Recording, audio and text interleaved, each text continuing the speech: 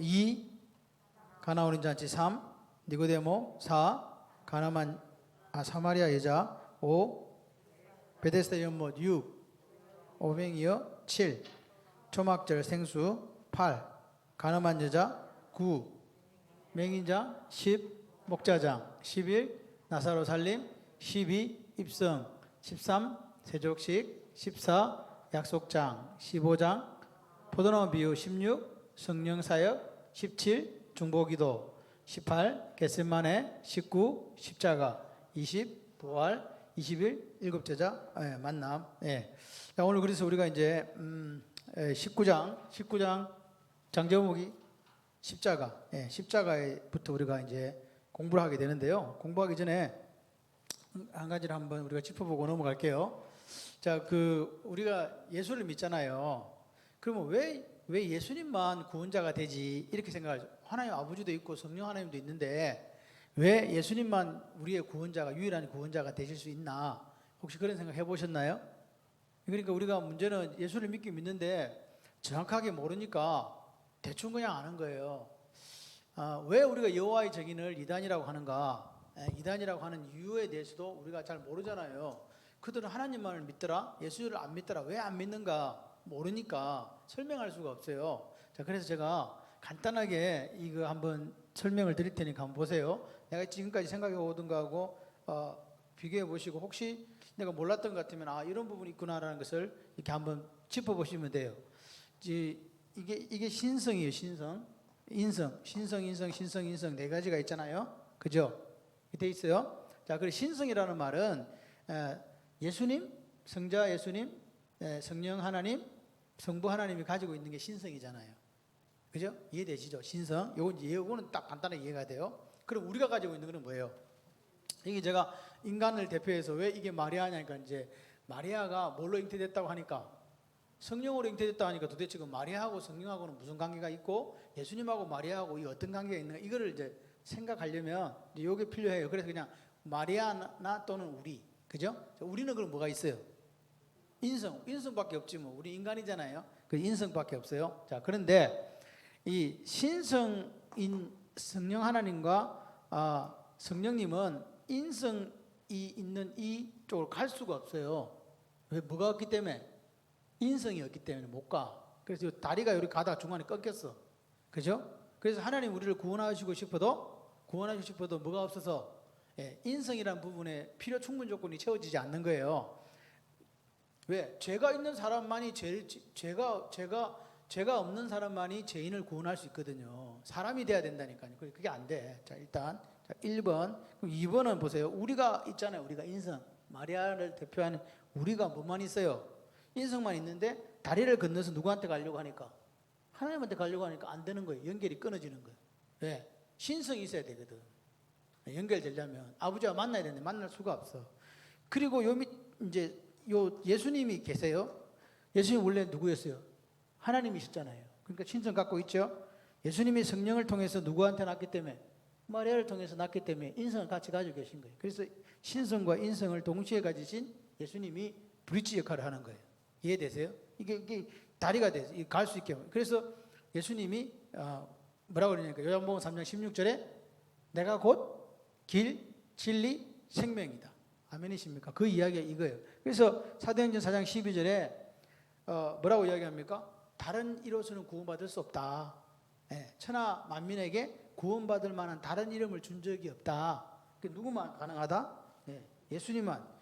다른 이로서는 구원받을 수 없다. 이게 사도행전 4장 12절 말씀이거든요. 그래서 왜 다른 이로서는 구원받을 수 없냐? 자, 그러면 여기 천사 있죠. 천사부터. 천사를 보세요. 천사는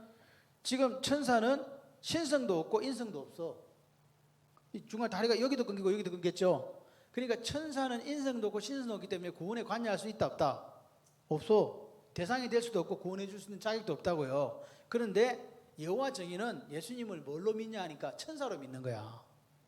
그죠? 천사로 믿으니까 누구만 믿을 수밖에 없어. 천사니까 믿을 이유가 없지. 천사라고 생각하니까. 그러니까 누구만 믿어? 하나님만 믿는 거예요. 그래서 여호와 증인은 하나님만 믿어요. 그래서 여호와 증인이야. 여호와 하나님 증인이라고. 이해되시죠? 이렇게 된다 이 말입니다. 그런데 여기 지금 예수님, 여기 마리아를 우리를 마리아, 요 인성과 신성을, 그러니까 예수님은 특징이 뭐냐니까 신성 플러스 인성을 지닌 몇 개의 인격체? 몇 개의 인격체? 몇 개의 인격체냐고요? 한 개, 하나. 아니, 몸이 하나잖아요, 우리가. 인격이 두 개면 이상한 거예요, 그거. 정신병자지. 인격은 몇 개? 하나. 그래서 신성과 인성을 지니신 유일하신 분이 누구다? 예수님이다. 그래서 지금 우리가 보고 있는 그 천주교에서 천주교 교리가 뭐냐니까, 천주교 교리가 유일한 구원자 예수 아니에요. 천주교 교리는 마리아를 통해서도 구원받을 수 있어요. 그거 이해하셔야 돼요. 천주교는 교리 자체가 유일한 예수가 길이고 진리고 생명이라고 생각 안 해요. 그래서 문제가 생기는 거라고. 천주교가 그래서 어떤 분들은 가장 큰 이단이 천주교라고 이야기를 해요. 그렇기 때문에 천주교는 이슬람하고도 악수를 할 수 있는 거예요. 그렇기 때문에 천주교는요, 불교하고도 악수를 해요. 교황이 그렇게 하잖아요. 자기들 교리라니까요. 그래서 어찌 보면 지금 지구상에 남아있는 유일한 기독교는 개신교밖에 없는 거예요. 개신교인데 개신교 안에도 이런 잘못된 생각들을 가지고 있는 사람들이 있다 없다? 있다. 예, 엊그제 제가 다른 교단의 어떤 집사님하고 상담 아닌 상담을 하게 됐어요. 그래, 예, 그분은 우리 한국 교회에 있는 메이저 교단 중에 하나예요. 왜 문제가 됩니까? 묻더라고. 왜 WCC가 왜 문제가 됩니까? 이게 기독교 세계 협의회거든요. 세계 아마 월드 처치 카운슬일 거예요. 이게 약자가. 그래서 이것도 교회 협의회고, 우리나라에 있는 NCCK도 이것도 한국 기독교 교회 협의회예요. 그러니까 쉽게 말해서 이게 그런 기능을 갖고 있다. 그런데 이 사람들이 주장하는 게 뭐냐니까 이게 에큐메니칼 운동이에요. 에큐메니칼이 뭐냐? 교회 일치, 교회를 하나 되게 만든다. 종교 일치 운동이라고요. 그러니까 이게 어디서 많이 뜨거잖아 지금. 보세요. 이거는 어디서 가능하냐니까 구원이 누구에게만 있다. 여기 나왔잖아요. 여기 요분 예수님 신성과 인성을 동시에 가진 이분만이 브릿지가 되는데, 통로가 되는데, 이 사람들이 에큐메니컬 교회 일치 운동을 하려고 하면 이거 포기해야 돼요. 맞죠? 포기하면 돼. 불교도 그래서 이렇게 이야기할 수 있는 거예요. 산에 올라갈 때 우리가 정평산 올라가려면 왼쪽으로 가는 길도 있고 돌아가는 길도 있고 막 있잖아요. 꼭대기 가면 정평산을 만난다. 그래서 뭘 믿어도 상관없다. 맨 위에는 누가 계시다? 하나님이 계시다. 이렇게 이야기하는 거예요. 이게 지금 그 사람들의 이야기예요. 근데 이 WCC나 NCCK가 기독교라는 데가 문제가 있어요. 그러니까 지금 봐요. 기독교라는 틀을 갖고 있는데 그 사람들이 사도행전 4장 12절, 요한복음 3장 16절 말씀을 부정해요. 부정한데 그 사람들은 뭐라고? 우리는 뭐라고? 기독교인이라고 이야기하는 거예요. 이게 문제예요. 제 말 이해가 됐어요 지금?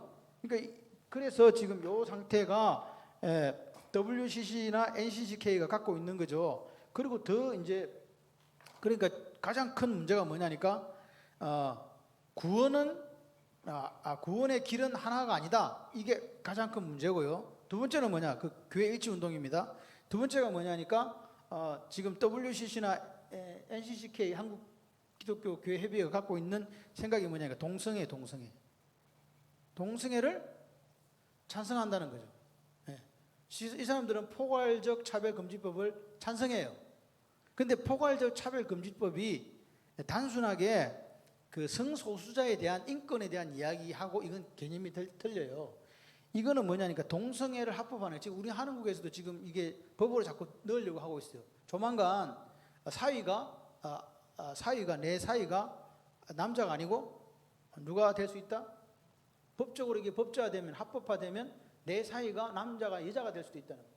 내 며느리가 여자가 아니고 여러분들 놀라지도 않네요. 그래도 뭐 상관없는지 모르겠지만 그렇게 될 수 있어요. 그잖아요. 지금 그런 상황이 되는데 이 동성애에 대해서 그러면 하나님 말씀은 뭐냐? 하나님 말씀은 정확하게 동성애는 아니라고 이야기하거든요. 그런데 이 사람들이 이렇게 동성애를 주장하는 아까 말한 WCC나 NCCK는요, 소돔과 고모라가 동성애 때문에 멸망당했다고 이야기하지 않아요. 그리고 로마서 1장에 나오는 남자가 남자를 향해 여자가 여자를 향해서 음욕이 불이 때리는데 이걸 동성애라고 해석을 안 한다는 거죠. 이런 문제가 있어요. 세 번째는 뭐냐? WCC와 NCCK나 이런 사람들이 같은 궤를 같이 하는데 뭐냐니까 사회주의를 찬성해요. 사회주의가 체계화된 게 실제적으로 마지막 단계 공산주의거든요. 그럼 이 사회주의의 가장 밑바탕에 뭐가 있습니까? 마르크스와 엥겔스의 유물론이 있어요. 유물론이 뭐예요? 우리가 하나님께서 태초에 천지를 창조하시고 사람을 창조하셨잖아요.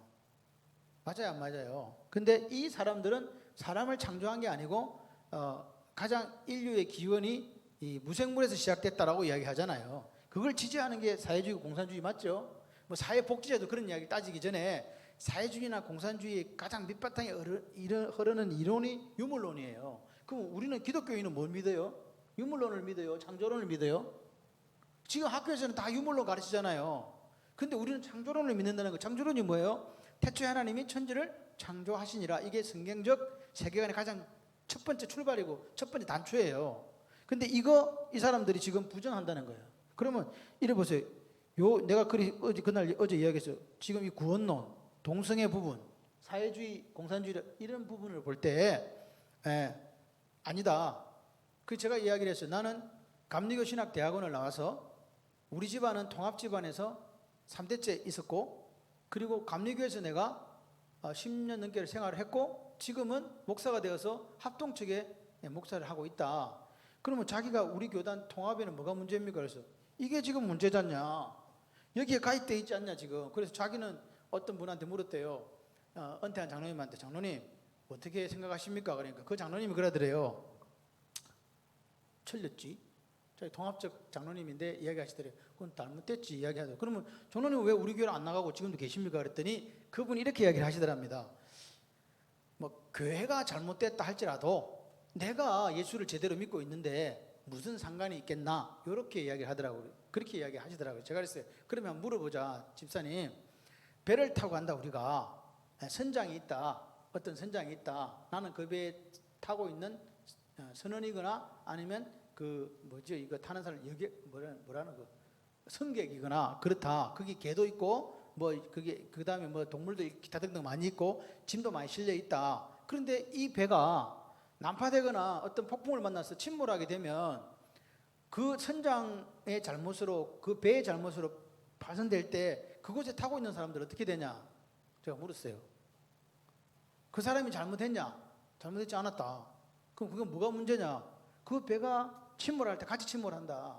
바리새인들의 문제가 뭐였냐? 자기들도 천국에 들어가지 않으면서 천국에 들어갈 사람들의 문을 딱 막고 못 들어가게 했다는 거다. 그래서 예수님께서 독사의 자식들이라고 이야기하고 회칠한 무덤이라고 이야기한 거다. 그러면 보자. 지금 WCC라는 데 지금 통합이 가입이 돼 있다. 감리교도 가입이 돼 있다. 기장도 가입이 돼 있다. 나는 홀로 깨끗합니다. 홀로 독야청청합니다라고 이야기할 수 없다. 제가 이야기했어요. 내가 그래서 집사님이 교회를 나오지도 않는 그거는 내가 이야기하고 싶은 게 아니고 집사님이 저한테 물어보니까 나는 그냥 성경적으로 대답을 해준 거다. 제가 그렇게 이야기를 했어요. 지금 그런 상황이에요 지금. 그러니까 우리나라 기독교에 있어서 지금 WCC에 가입이 되지 않은 교단이 합동측하고 우리가 있는 합동측하고 고신 측하고 그 몇 개 빼고는 다 가입이 되어 있는 거예요. 그러니까 지금 세상은 어떤 세상이냐? 마귀가 그럴듯한 포장을 해가지고 미혹하는 세상이다. 미혹한다. 그래도 되지, 괜찮지, 이렇게 미혹하는 세상을 우리가 살고 있다는 거예요. 그래서 우리가 앞으로는 신학자들이 이렇게 예언합니다. 교단과 교파가 없어질 것이다. 초교파적으로 될 것이다. 이게 이렇게 그렇게 갈 수밖에 없는 상황이 지금 오고 있다는 거예요. 지금 보세요. 지금 우리 코로나 때문에 어떤 교단에서 어떤 목사님은 싸우고 있고, 코로나 때문에 교회 예배 드린다고 싸우고 있고, 어떤 사람은 왜 예배 드리냐고 싸우고 있고, 그죠? 그런 상황이고, 실제로 100분 토론에 나와가지고 예배 드리지 않는 게 그게 맞다라고 이야기하는 목사가 있다는 거예요. 여러분, 근데 우리나라 여러분 여기 지금 유튜브로 방영이 되기 때문에 제가 이렇게 말씀을 드리면 어떻게 되는가 모르겠는데, 여러분 지금 현재 기독교의 이름을 걸고 있으면서 기독교의 반대 쪽에 서서 활동하는 단체가 너무나 많다는 걸 아십니까? 그러니까 우리가요, 여러분들은 뭐 말씀과 기도에 전문하시니까 몰라. 근데 이제 아는 거예요. 저는 알아요. 누가 지금 뭘 하고 있는지. 그러니까 너무 마음이 아픈 거예요. 우리가 예수를 믿잖아요. 그러면 적어도 목회자 양심을 가지고 내가 제대로 말씀은 전하지 못한다 할지라도, 그죠? 말씀과 배치되고 말씀과 반하는 거에 대해서는 아니라고 이야기해야 되잖아요. 그런데 자기들이 갖고 있는 생각, 이념 또는 사상이 예수보다 앞선다는 거죠. 그래서 그 사람들은 뭐 어떻게 하냐? 목사를 자기들의 목적을 달성하는 수단으로 생각하는 거예요. 생각해봐. 제가 여러분들이 앉아 있는데 제가 어떤 다른 목적을 가지고 지금 여러분들을 미혹하고 계속 현혹시키는 거예요. 그리고 여러분 신기한 거는요, 아이들이 이렇게 어릴 때부터 이야기 들으면 우리가 뭐 된다 그래요? 세뇌된다 그러죠. 어른들도 마찬가지예요. 계속 거기서 똑같은 말을 들으면요, 그게 답같이 느껴져요. 그리고 자기가 잘못되었는지도 나중에는 이 구분이 안 가요. 그래서 마지막 때 우리는 정신을 차리고 깨어 있어야 되는 거예요. 이게 지금 제대로 된 말씀인지 아닌지, 이게 지금 양성환 목사 자기 개인의 생각인지, 하나님이 오늘 우리에게 말씀을 통해서 우리에게 보여주고자 하는 것인지를, 그게 분별이 안 되면 어떻게 되겠냐고요. 여러분, 우리 한국 사람들은 어느 정도냐니까 억수로 뭐랄까 의리가 있는 사람들이에요. 그래서 교회가 잘못돼도 교회를 안 떠나. 막 그 잘못된 것도 막 감싸줘. 그게 사랑이라고 생각하는 사람도 많아요. 물론 어떤 사람이 실수해가지고 그렇게 했을 때는 감싸주고 다시는 그 되풀이하지 않도록 하는 것은 중요해요. 근데 반복적으로 계속해서 잘못을 하고 있는데 그것을 넘겨주고 봐주고 두둔하는 것은요, 결국 누구를 죽이는 거예요? 그 사람을 죽이는 거예요. 그렇지 않습니까? 그런데 우리 한국 교회에 그런 일들이 계속해서 지금 일어나고 있다. 그게 더 큰 심각한 문제예요. 그리고 방금 제가 말씀드린 이런 거, 아까 말한 거, 이 결국 범신론이거든요. 모든 데 구원이 있다는 거잖아요. 그 다음에 뭐예요? 동성애요. 하나님 그렇게 싫어하는 거, 그 다음에 뭐예요? 유물론. 여기에 지금 심취돼가지고 목사를 하고 있는 사람들이 있어요. 그리고 더 제가 조금 전에 말씀하는데 더 나가면 뭐냐? 접신하는 거. 호주에서 열렸던 WCC 세계대회에서 우리나라 어떤 신학교 교수가 가가지고 이렇게 귀신을 부르는 이거 춤 있잖아요. 그 무슨 춤이라 그래? 하여튼 있어. 그걸 추가지고 난리가 났어요. 그런데 WCC는 그것이 타당해요. 목사가 쉽게 말해서 목사가 접신한다니까요. 지금 사울 왕이 그 여자 보고 가가지고 여자 무당한테 가서 죽은 사무엘을 끌어올리라고 접신하라고 했잖아요. 근데 그 올라온 게 이게 사무엘이 아닙니다.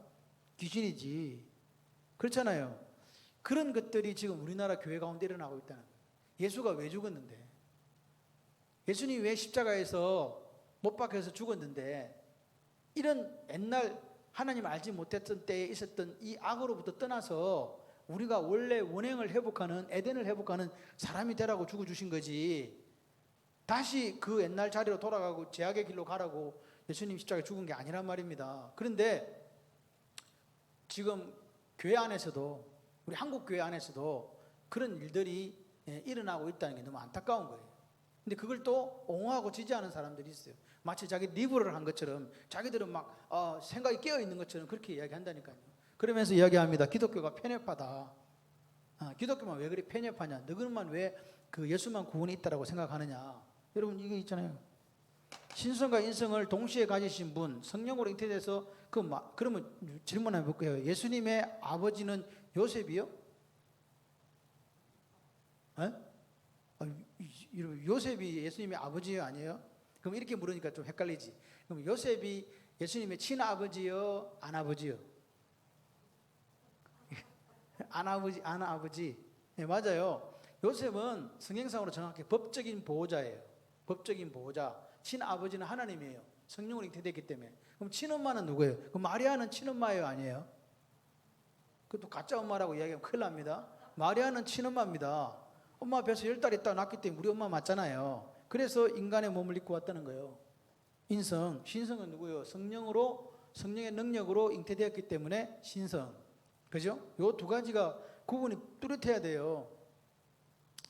한 가지, 우리가 예수님의 족보가 신약 성경에 몇 군데 나와요? 혹시 아세요? 안윤정 권사님 몇 군데 나올 것 같아요? 마태복음 1장에 족보가 한번 나와요. 그리고 누가복음 3장에 족보가 한번 나와요. 그럼 잠깐 한번 보세요.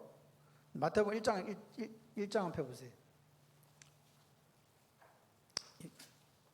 네. 1장, 자 1절 한번 읽어볼까요? 시작. 아브라함과 다윗의 자손 예수 그리스도의 계보라. 그렇게 했죠? 맞아요? 근데 여기는 한글은 아브라함과 다윗의 자손이지만 영어에는 son of David and son of Abraham 이렇게 돼 있어요. 그러니까 마태가 원래 이것을 할 때는 다윗과 아브라함의 자손 예수 그리스도의 세계라 이거예요. 왜 다윗이 앞에 등장할까? 왜 다윗이 앞에 등장할까? 그건 나중에 제가 이야기를 드리고, 그래가지고 보세요. 쭉 내려오면 16절에 보니까 야곱은 마리아의 남편 요셉을 낳았고, 그러니까 요셉의 아버지가 누구예요? 야곱이죠. 마리아에게서 그리스도라 칭하는 예수가 나니라. 다른 사람들은 다 맏단을 낳고 맏단이 야곱을 낳고 했는데, 여기서는 요셉이 애를 낳은 게 아니에요. 아버지가 바로 책친 게 아니고 누가 나와요? 마리아가 나오는 거예요. 왜? 요셉의 아들이 아니기 때문에 이렇게 나온 거라. 근데 그러니까 요셉은 법적인 보호자죠. 자, 그 다음에 보세요. 그걸 놔놓고 누가복음 3장 한번 가보세요. 누가복음 3장. 네, 누가복음 3장에 보면 족보가 있어요. 자, 보세요. 23절에 한번 볼까요? 예수께서 가르치심을 시작하실 때에 30세쯤 되시니라 사람들이 아는 대로는 요셉의 아들이니, 누가? 예수님이 누구 아들이라고? 요셉의 아들이니, 그 다음에 요셉의 아버지는 헬리오 나오잖아요. 헬리오. 아까 요셉의 아버지가 누구였어요? 야곱이었죠. 마태복음 야곱이었잖아. 누가복음은 왜 헬리냐고, 왜 이름이 바뀌었냐고. 이거 아는 사람. 에? 그러니까 여러분은 우리가 성경을 읽으면서 이게 왜 이렇게 지금 바뀌어 있는가에 대한 생각을 못 해요. 저를 보세요. 이 족보는요, 마리아의 족보예요. 마리아 족보라고. 누가복음이 예수님의 족보인데 모계 쪽으로 올라간 족보라고요. 앞에 이거 마태복음 1장은 누구 쪽으로 올라간 족보? 법적인 보호자인 요셉 쪽으로 올라간 족보고, 그래서 헬리는요 마리아의 친정 아버지 이름이에요. 그러니까 족보에는 여자 이름 쓰면 돼, 안 돼?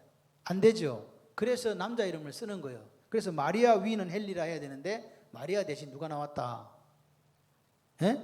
요셉이 나온 거라고요. 그래서 족보가 똑같이 있는데 한쪽은 뭐예요? 마리아 족보고 한쪽은 실제적으로는 요셉 족보, 왕가의 계통, 그 다음에 마리아 족보 이렇게 나온다. 이런 것들을 이제 왜 이렇게 기록했는가가 저자들이 우리에게 보여주고자 하는 의도가 있다는 거예요. 그러니까 쉽게 말해서 편집 의도가 있는 거예요. 성경은요 모든 사실을 기록하고 있지는 않아요. 그죠? 역대기 상하라든지 열왕기 상하를 볼 때 역사를 다 기록한 게 아니에요. 그리고 마태복음에도 왕이 14명, 그러니까 다윗 솔로몬 밑으로 쭉 14명밖에 없어. 다윗 포함 15명인데 원래 통일왕국 다윗, 그 다음 누구요? 솔로몬. 그리고 우리가 알고 있는 분열왕국 유다에 몇 명 왕이 있어요? 20왕이잖아. 무식이 충만해가지고. 그 유다 왕은 20왕이고 북이스라엘이 19명이에요. 그죠? 그렇기 때문에 원래는 족보에 올라가려면 야곱 밑에 몇 명이 들어가야 돼요? 20명이 들어가야지, 21명이 들어가야지. 솔로몬까지 합쳐가지고. 근데 14로 끊어버렸어. 14대 끊었다고. 왜 끊었냐고 또 물어봐야 되잖아. 왜 끊었겠어요, 근사님? 니도 모르고 나도 몰라. 근데 야곱이라는 게 왜 이게, 그러니까 다윗이라는 게 왜, 그러니까 지금요 마태의 머릿속에 누구밖에 없다? 다윗밖에 없어요. 왜 다윗을 강조해야 되냐? 왕가라는 거, 왕. 하나님이 인정한 왕, 다윗. 그러니까 보세요. 이 우리가 구약을 쭉 이렇게 보게 되면 하나님께서 창세기 3장 15절에 원시복음, 여자의 후손이 뱀의 머리를 깨뜨리는 그 창세기 3장 15절에 나오잖아요. 이 약속이 있어요. 이 약속이 어디로? 1번 1바타 아브라함에게로 오는 거예요. 아브라함에게 오면 네 씨가 네 장차 네 왕들이 나오고 네 씨가 그렇게 해갖고 이 씨에 대한 이야기. 이 씨는요 단수예요. 그래서 아브라함의 약속했던 왕은 예수 그리스도를 이야기해요. 다윗에게 또 하나님께 약속하세요. 다윗에게 네 왕위가 견고해진다. 허리에서 그 왕이 나온다. 그래서 이렇게 해서 그 다음에 마지막에 누구냐니까 예수거든요. 그럼 보세요. 마태가 메시아라는 게 무슨 뜻이라고요? 왕이거든요. 왕. 메시아가 기름 부음, 왕이란 뜻이거든요. 그리스도가 왕이란 뜻이에요. 예수님이 왕으로 왔다는 걸 보여주잖아요. 그래서 왕으로 왔으면 누구 계통에서 와야 돼요? 다윗 계통에서 와야. 다윗이 왕이니까. 이스라엘이 인정하는 왕은 다윗밖에 없는. 그래서 왜 봉사들이 다윗의 자손이요 하는 이유가 그거예요. 다윗이 뭐기 때문에 왕. 그러니까 사람들은 몰라도 환자나 아픈 사람들은 그분이 누군지 알았다고요. 다윗 그러면 이스라엘 사람들은 뭐가 딱 들어온다고? 왕 그럼 메시아예요. 왕 메시아. 히브리어로 메시아, 헬라어로 그리스도. 딱 떠오르는 거예요. 그러니까 다윗의 자손이요. 그럼 이 사람은 벌써 예수님이 뭘로 인정했다는 말이에요? 성경 읽어보다가 다윗의 자손이 다윗만 딱 나오면 이거 왕이란 뜻이에요. 왕으로 인정했구나. 신약 시대의 사람들이 예수님을 다윗의 자손 인정했다는 말은 메시아로 인정했다는 말이에요. 그래서 마태가 뭘요? 예수님이 누구에서 왔는가를 정확히 보여주려고 다윗 했는데 14라는 이 숫자도 의도적인 편집이에요. 14가 뭐냐? 히브리어 단어가 다윗 그 자체가 그게 14예요. 숫자를 여섯 번째 단어, 네 번째 단어 이렇게 해가지고 여섯 번째 단어 여섯 번째 단어 그 위에 중간에 네 번 또 여섯 번 해갖고 그럼 14 맞죠? 아닌데 4, 4, 6 뭐야? 4, 4, 8, 6 맞나? 14 맞습니까? 4, 4, 6 14 그러니까 4, 4, 6 중간에 6 그래서 14 그래서 14라는 단어가 왜 14대 14대 14 됐냐니까 뭘 나타내려고? 다윗을 나타내려고요. 그러니까 이스라엘 사람들이 그 읽을 때 14 그러면 누가 떠오른다고? 히브리어 알파벳 순서에 14 그러면 다윗이 떠오르는 거예요. 다윗. 그리고 다윗 그러면 뭐? 왕. 다윗 그러면 하나님 약속. 그 약속된 나라를 다윗이 받았다는 거예요. 근데 그 밑에 완전한 나라로 회복시키신 분이 누구다? 마지막 일이 나오잖아요. 1장에 보면 그리스도 이렇게 나오잖아요. 그래서 예수 그리스도가 뭐라고요? 그리스도라 칭하는 예수가 낫다. 이게 왕이다. 그거 지금 다윗이 이야기해 주는 거예요. 그래서 오늘 우리가 예수가 뭐라고요? 우리가 믿는 예수가 뭐예요? 메시아잖아요. 그분이 우리를 우리 죄에서 구원하실 유일한 분이라고요. 이거 잃어버리면 기독교는 존립할 수 없어요. 어디 가서 이야기 듣는데 뭐 딴 데도 구원이 있습니다. 그러면 바로 떠나야 돼. 바로 떠나야 돼. 교회를 바로 떠나야 돼. 그냥 그 교회가 뭐 아무리 훌륭하고 아무리 좋고 목사님 인격이 고매하다 할지라도 떠나야 돼. 그게 기억해야 돼. 그러니까 좋은 게 아니에요. 근데 우리가 한 가지 생각할 게 뭐냐? 정통 교단의 그 옷을 입고 있으면서도 그 속에서 이단적인 행위를 할 수 있다 없다? 있는 거예요. 그래서 교회를 선택하는 게 중요하다는 거예요. 좋다. 그 좋은 교회네. 뭘 갖고 도대체 좋은 교회라고 우리가 이야기하냐? 하나님 말씀이 정확하게 전해지는 교회가 좋은 교회고 그 말씀을 갖고 목숨을 거는 교회가 좋은 교회지. 시설이라든지 크기라든지 뭐 여러 가지 것들이 좌우돼서는 안 되는데 지금 우리의 눈에는 뭐가 들어오냐? 편한 곳, 안락한 곳, 자기를 귀찮게 하지 않는 곳, 그것이 교회라고 생각해요. 천만의 말씀이에요. 여러분 착각하시면 안 돼요. 그거 죽는 거예요. 마치 개구리가 이 솥에 담겨 있는데 찬물에 넣어놨더니 살랑살랑 놀다가 밑에 불 쬐고 있는데 따뜻해 오니까 아유 좋아라 하고 있다가 나중에 어떻게 돼요? 삼겨 죽어요. 그게 오늘 기독교의 모습일 수 있어요. 그래서 우리가 조심해야 돼요. 지금 적들이 얼마나 공격을 하냐 하면요. 저는 너무 안타까워요. 막 MBC PD 수첩에서 그 모 선교단체를 완전히 이단보다 더한 곳으로 그렇게 이렇게 TV를 돌리는 것 자체가 이 나라가 어느 정도 꼬라지가 엉망진창인가를 우리가 보여주는 거예요. 제가 이야기하잖아요. 선교단체는 뭐 하는 단체예요? 예수전도단 이단이라고 난리 나가지고 예수전도단 이단이요? 그러니까 우리가 지금 뭐 여기 한국에 있는 대표적인 선교단체 지금 이단이라고 난리 났어요. 지금 이단보다 더하다, 뭐 신천지보다 더하다, 그게 사실이냐고. 그러니까 적들이 지금 여러분 생각해봐요. 거기서 지금 우리나라 지금 큰 교회에서 파송한 데가 온누리교회에서 1000명 이상을 파송했어요. 선교사를 제일 많이 파송한 데가. 근데 그보다 더 많이 파송한 데가 있어요. 어딘지 아세요? 바로 그 선교단체예요. 1000명 이상을 파송했다니까요. 다른 교회에서는 안 할 때. 그리고 그들이 간 곳은요 이슬람권이에요.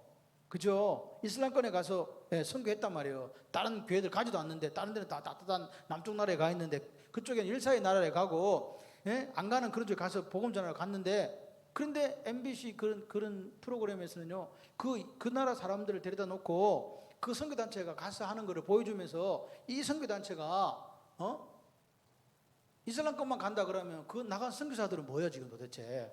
그 우리나라 국민 아니에요? 그 사람들의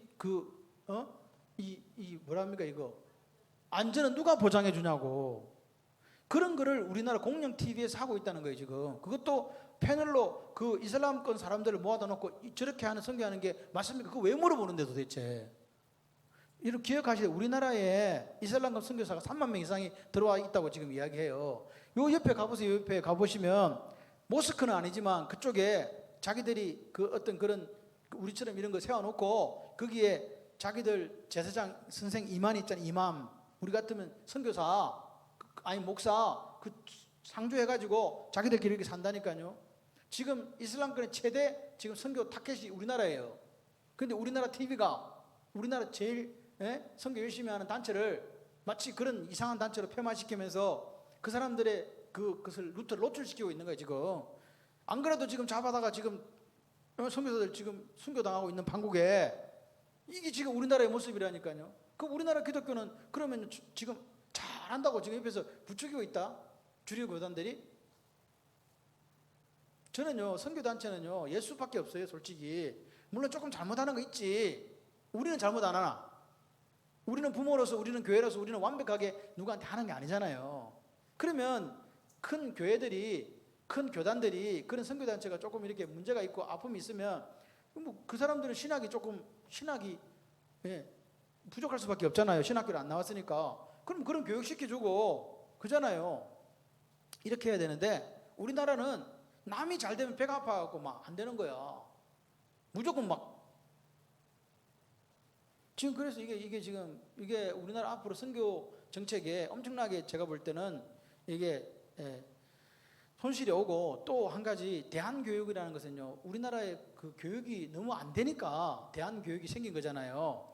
근데 지금 특별히 기독교 관련 대한학교만 또 좀 있으면 뉴스 MBC 그 PD수 또 나올 거야 아마. 대한학교 비인가 대한학교 해가지고 또 확 때릴 거예요. 그러니까 지금요 이 코로나라는 것 때문에 실제적으로 우리가 갖고 있는 다음 세대에 대한 부분이 박살나고, 그리고 교회들이 하지 못하는 선교 부분에서 또 완전 박살나고, 그러면 우리는요 무장해제당한 몸뚱아리만 남아있는 교회 된다니까요. 누구를 파송할 거냐고요. 그러나마 지금 나가 있는 친구들 20대 30대 모든 걸 다 내려놓고 가서 복음 전하고 있거든. 예수 가갖고 누구 전하냐? 김일성이 전합니까? 주체사상 전합니까? 누굴 전하냐고요. 예수 믿으라고 전하고 있는데 무슨 말도 안 되는. 제가 이렇게 가만히 생각하면 목사가 무슨 병으로 죽을까? 화병으로 죽는 것 같아. 진짜 너무너무 지금 화가 나요 솔직히. 이게 말이 되나. 자기들의 이익을 위해서 남 하나 죽이는 거 아무렇지도 않게 생각하는 기득권 세력들이 교회 안에도 있다는 거예요. 너무 안타까워요. 제가 혼자 이렇게 힘도 없는 200명 교회에서 이런 거 한다고 무슨 누가 눈이라도 깜짝하나. 솔직히 우리 교회가 이런 얘기 한다고 누가 눈이라도 깜짝하나 해요. 저기 어떤 기독교 무슨 에서 각 교회마다 알바를 동원해가지고 설교 다 이렇게 리서치 해가지고 고발할 거 잡아낸다는데 우리 교회는 안 하더라 이거. 딴 데는 마스크 안 썼다고 벌금 때리는데 저는 마스크 한 번도 안 썼는데 그런 거 잡아내 캡처해가지고 가가지고 벌금 안 때리잖아. 왜 안 때리겠어요? 영양가가 없거든. 아무런 힘이 없는 교회거든. 그러니까 저런 걸 잡아봐도 소용이 없는 거야. 자기들 오로지 큰데 좀 치명타를 입힐 수 있는 그런 데를 잡는다니까요. 그래서 저는 생각하는 거예요. 하나님, 제가 기도하는 거 딴 거 없어요. 우리가 복음을 제대로 전할 수 있고, 또 우리 교회가 지금 선교하는 단체들을 돕는 게, 저희 교회는 교단이 합동이지만 우리는 선교단체가 다양해요. 감리교도 있고, 그 다음에 저기 고신도 있고, 인터서브 의사 선교사도 있고, 그 다음에 JDM도 있고, 인터콥도 있고, 그 다음에 뭐야? 또 뭐 바울 선교도 있고, 하여튼간 우리 교회 이렇게 쭉 보면요, 같은 사람이 없어요. 다 달라요. 그 GMS도 있고. 왜 그런 줄 아세요? 그건 제 신앙 양심이에요. 교단과 교파를 떠나서 복음을 전하는 사람이 우리에게 도움을 요청했을 때 우리가 그들을 도울 수 있다면 돕는 것이 맞다라고 생각하고 그렇게 이때까지 왔고, 장로님들 거기에 대해서 동의하고 같이 이렇게 손을 들어줬기 때문에 온 거 아니에요? 그래서 우리 교회는요, 누구나 와서 설교할 수 있어요. 하나님 말씀이라면. 저는 그렇게 생각하는 목사입니다. 자, 그래서 우리가 지금 교회가 앞으로 나아갈 방향성이 뭐냐? 이 천국, The Kingdom of Heaven이라는 이 부분에 대해서 우리가 생각을 해봐야 돼요. 우리가 왜 능력이 없는가? 천국은 장소적 개념과 이 통치적 개념, 이렇게 플레이스 개념이 있고 이 컨트롤의 개념이 있거든요. 그래서 장소적 개념은 뭐예요? 장소적 개념은 우리가 천국에 간다, 그죠? 맞잖아요. 죽으면 천국 갑니다. 영원한 나라. 그래서 고린도후서 5장 1절에 보게 되면 뭐라고 이야기합니까? 손으로 짓지 않은 나라에 대해서 이야기하는 거죠. 보시면 고린도후서 5장 1절을 제가 한번 볼게요. 고린도후서 5장 1절. 예, 만일 땅에 있는 우리의 장막집이 무너지면 하나님께서 지으신 집 곧 손으로 지으신 것이 아니요 하늘에 있는 영원한 집이 우리에게 있는 줄 아느니라. 아멘이세요? 사도 바울이 어떤 나라를 바라봤냐? 우리 손으로 짓지 않는 하늘에 있는 영원한 집이 있다. 이게 장소적 개념이에요. 그러니까 사도 바울이 선교할 수 있던 이유가, 지금 선교단체에 나가가지고 오늘도 제가 아침에 이래 보니까 캄보디아에 나가 있는 선교사님이 그러니까 선교라는 게 복음을 전하고 있는데 화살이 뚝 날아와가지고 이석동 집사를 딱 맞춰 주여 이렇게 죽는 경우가 몇 퍼센트 되겠어요? 선교하러 갔는데 저놈을 치라 그래가 목이 콩 잘려 죽었다. 이게 몇 퍼센트 있겠어요? 선교하는데 불에 이래서 뭐 솥에 넣어가지고 이현진 집사를 태웠다 이래가지고 불에 삼켜 죽었다. 그런 선교 당한 사람이 있거든요. 그리고 인도에 가 있는 도마 같은 경우는 사지를 찢겨가지고 이 껍데기가 벗겨져서 그렇게 죽었다고 하고 전성에 나와요. 그런 선교가 몇 프로나 되겠어요? 없어요, 거의. 그럼 어떻게 죽냐? 선교하다가 뇌출혈로 죽고 말라리아 걸려 죽고, 지금 그 캄보디아 선교사님 보니까 계단에 넘어졌는데 뒤로 넘어져가지고 이게 넘어져서 그냥 죽은 거예요. 어떤 사람은요, 그러니까 그 선교제가 있는데 교통사고로 차가 그냥 오가 부딪혀가 죽고, 그 선교지를 떠날라 했는데 저번에 캄보디아는 선교사 가족이 이제 선교지를 떠나려고 4명 가족, 1가족이 갔는데 엄마 아빠 다 죽고 딸이 하나인가, 그때 왜 몇 년 전에 기억 안 나세요? 딸 하나 남아가지고 완전히, 그래서 우리나라 와가지고 막 그런 이야기 있었잖아요. 그런 것들이 대부분이라고요. 그러니까 우리가 선교한다는 게 무슨 뭐 주여 근데 화살이 날아 이런 거 아니라니까. 선교지에 나와가지고 진짜 거기서 그냥 이방인 되고 나그네 돼가지고 예수 전하다가 죽는 경우가 더 많아요. 그 하나님 나라를 위해 죽은 거잖아요. 영원한 집. 예? 그런 사람들을 우리가 도와주지 못할 망정 그런 단체를 갖다가 이단시하고 그런 단체를 무너뜨리려고 하고 꼴보기 싫다고 그냥 막 잡아가고 싸잡아가고 한다는, 그게 우리가 하나님 없을 때 뭐라고 이야기할 거냐고 도대체. 그렇지 않습니까? 저는 그렇게 생각합니다. 그래서 장소적 개념은 죽으면 간다는 생각이 있어요. 그래서 사람들이, 예수쟁이들이 개판치고 사는 거예요, 이 땅에서. 예수 믿었으니까 죽으면 어디 간다? 천국 간다. 그런데 그 사람들은 뭘 모르냐? 이걸 모르는 거예요. 2번이 뭐냐니까 통치적 개념이에요. 통치적 개념. 통치적 개념이 뭐냐니까 천국은 장소적 개념 플러스 통치적 개념이에요. 다시 말해서 우리 우순자 집사님이 지금 하나님 말씀을 듣고 하나님 말씀이 내 마음에 충만해. 그래서 막 사랑하는 마음이 생겨. 그죠? 그리고 행복해. 갑자기 막 상황들을 볼 때는 뭐 막 골치가 아픈데 말씀만 들으면 행복하고 말씀만 들으면 눈물이 나고 말씀만 들으면 기쁨이 와요. 그게 지금 누가 다스리고 있는 거예요? 하나님이 다스리고 있잖아요. 그게 천국이라는 거예요. 그러니까 다스림은, 그러니까 쉽게 말해서 이 통치적 개념은 이 땅에서도 허용되고 통용되고 저 하늘나라에서 통용되는 거죠. 하늘은 당연히 하나님이 다스리시지. 그죠? 거기는 기쁨과 눈물, 병도 없고 눈물이 없는 곳이지만 이 땅은 눈물도 있고 병도 있잖아요. 그래요, 안 그래요? 그래도 에덴 하나님의 다스림이 있으니까 뭘 회복한다고요? 가정에 가보니까 문제 산더미처럼 쌓여있고, 직장에 가면 산더미 쌓여있고 막 온 데가 문제야. 그런데도 나는 이상하게 내 마음에 샬롬 평강이 없어지지가 않나. 희한하게 자꾸 콧노래가 나온다. 이거 어떻게 하면 좋아? 그게 지금 뭘 누리고 있는 거라고. 지금요, 다스림, 예수 그리스도의 다스림을 통해서 천국을 누리고 있는 거예요. 그러니까 기독교가 어디로 가야 되냐? 여기로 가야 되는 거죠. 교회 안에 왔는데 얼굴이 막 이렇게 하고 막 뭐 보게 보면 어르르르 싸우려고 막 덤비고 막 싸우고 있다. 돼 안 돼? 안 되는 거지. 그 말이 안 되는 거예요. 그래서 기독교인은 사실은요, 이런 걸 아니까 넉넉해지는 거예요. 그래서 우리가 여기서 뭐가 나오냐? 뭐가 나오겠어요? 이게 나온 게 이거잖아요. 자족이 자족. 부러워할 이유가 없는 거예요. 자족이 나오는 거예요. 내 남편에 대해서 감사하고, 내 아내에 대해서 감사하고, 내 자녀에 대해서 감사하고, 내가 지금 하나님께서 베풀으신 그거에 대해서 감사할 수 있는 거예요. 족하다는 거야. 여러분 생각을 해봐요. 예를 들어서 김혜정 기사님이 맨날 부족하다 그러면 열받아요, 안 열받아요? 열받지. 근데 남들은 볼 때 예를 든 거예요. 또 집에 가 울지 마. 김혜정 기사님이 부족한데 어떻게 해? 이렇게 생각했는데 남들은 그렇게 생각했는데 본인은 그렇게 생각하지 않는 거야. 뭐가 부족해 내가? 다 했는데? 이렇게 살면 어떻게 돼요? 다른 사람들이 볼 때는 그 사람이 저리가 어떻게 살아? 어떻게 살기는? 하나님의 은혜와 사랑 가운데 행복하게 잘 살고 있는 거예요. 뭐 때문에 그러냐? 내 속에 예수 그리스도의 다스림이 있어서 뭘 느끼기 때문에 내게 주신 은혜가 족합니다. 할렐루야. 그럼 감사한 거지 뭐. 족함이 없으면요, 아들 딸이 보기에 눈에 저거 그냥 족보에서 파야 된다 이런 생각 든다니까. 남편 딱 보면 아이고 그래요. 피차 일반이요. 그런 삶을 살 수밖에 없다니까요. 그런데 하나님께서 내게 주신 은혜가 족하면요, 감사한 거예요. 안 감사하세요? 감사한 거래. 감사. 그래서 이 부분에 대해서 우리가 교회에서 뭘 이루고 나가야 된다? 천국을 이루어 나가야 되고, 가정에서도 그게 천국이 돼야 돼요. 그리고 여러분이 있는 삶의 현장에서도 삶으로 예수 그리스도의 통치를 드러내는 게 천국이라니까요. 당신은 이 어려운 코로나19 시대에 뭐가 그렇게 좋아져서 그렇게 웃음이 한박 웃음을 짓고 사십니까? 장사도 별로 잘 안 되는 것 같구만. 하나님이 내게 있어서 내게 이 마음을 주세요. 기쁨, 행복. 그 역사가 있기를 바랍니다. 자, 19장 보세요. 이 1절에 30장 하시고, 자, 1절에 30장 하시고 같이 읽겠습니다. 시작.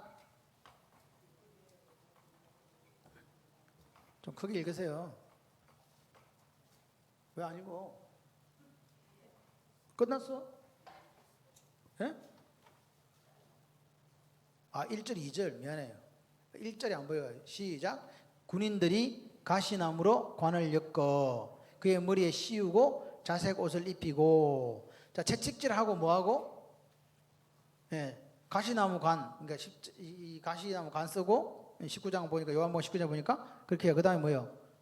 자색 옷을 입혔다. 자, 예수님이, 옆에다 명합니다. 예수님이 최고의 고통과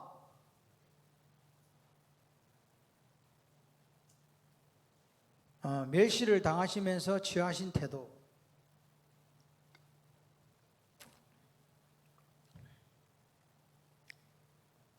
(1번) 베드로전서 2장 23절. 2장 23절 뭐라고 되어 있냐니까, 380쪽에 욕을 당하시되 맞대어 욕하지 아니하시고 고난을 당하시되 위협하지 아니하시고 오직 공의로 심판하시는 이에게 부탁하시며. 남 욕할 때 같이 욕했다 안 했다? 고난 당할 때 네가 나를 이렇게 하면 나중에 나 손봐줄 거야 이런 거 했다 안 했다? 안 했단 말이에요. 이게 그러니까 베드로전서 2장 23절의 태도입니다. 2번 욕하는 사람에 대응하는 방법을 아셨음. 욕하는 사람에게 대응하는 방법을 아셨음. 방갈로 1번 우리는 어떻게 해요? 우리 예를 들어서 막 욕을 해. 그럼 우리는 어떻게 해요? 욕을 했지. 욕을 한다니까. 이제 김영주 선생님이 막 욕을 내 나한테. 그럼 나는 어떻게? 나도 욕해. 이게 우리의 대응 방법이잖아요.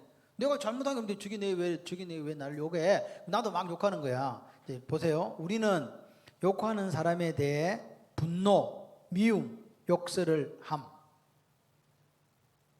그죠? 방갈로 2번, 잘못 대응하면 함께 진흙탕에 빠지거나 징계받음.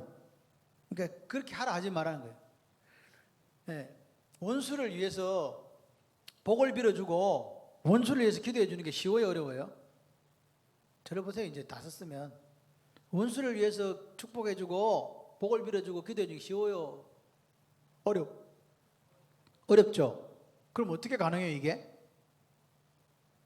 성령 하나님의 능력이 아니고 주는 불가능한 거예요. 그래서 오늘 우리 속에 성령 충만함이 있어야 되는 거예요. 그래야 욕을 당해도 욕하지 아니하시고 고난 당해도 위협하지 않는 예수님의 모습이 드러나는 거예요. 참을 수 있는 게 뭐냐? 능력인데 그 능력이 내 능력이 아니고 누구 능력이다? 성령 하나님의 역사다. 그러니까 이렇게 이야기할 수 있어요. 그럼 성령 하나님의 역사가 없으면 나는 맨날 그렇게 해도 됩니까? 안 돼요. 그렇게 하라는 이야기가 아니에요. 자, 그 다음에 큰 3번, 핍박하는 사람에 대응하는 방법도 아셨음. 자기를 핍박했잖아요. 핍박하는 사람에 대응하는 방법도 아셨음. 방갈로 1번, 우리는 핍박하는 사람에 대해서 앙가품과 보복을 함.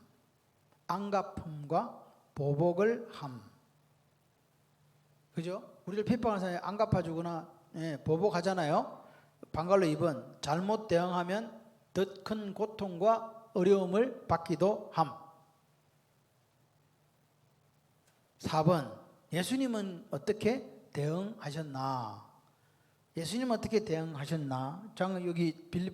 베드로전서 2장 23절 마지막에 나오는 거예요. 뭐라고? 자, 오직 공의로 심판하시는 하나님께 부탁하셨음.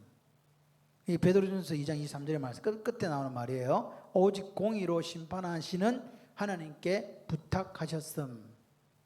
우리가 원수를 축복하고 원수를 위해서 기도해 주면 그 머리에다가 불을 넣는 거 똑같다 그러잖아요.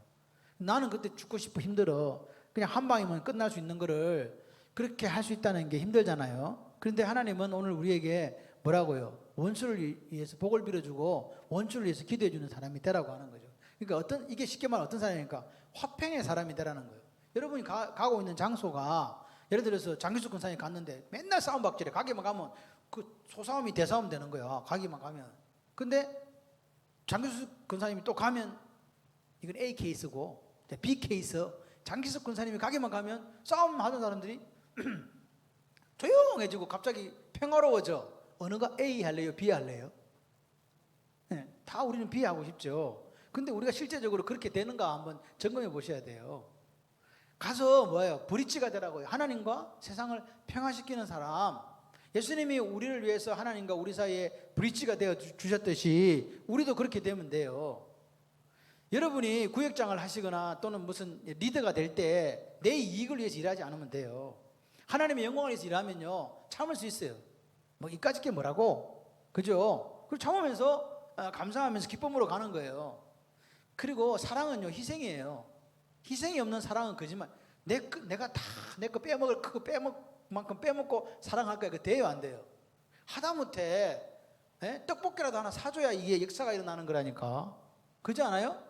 하다못해 내가 먼저 가가지고 붕어빵이라도 한 개 사와가지고 먹어 입에다 넣어놓으면 말을 못하지.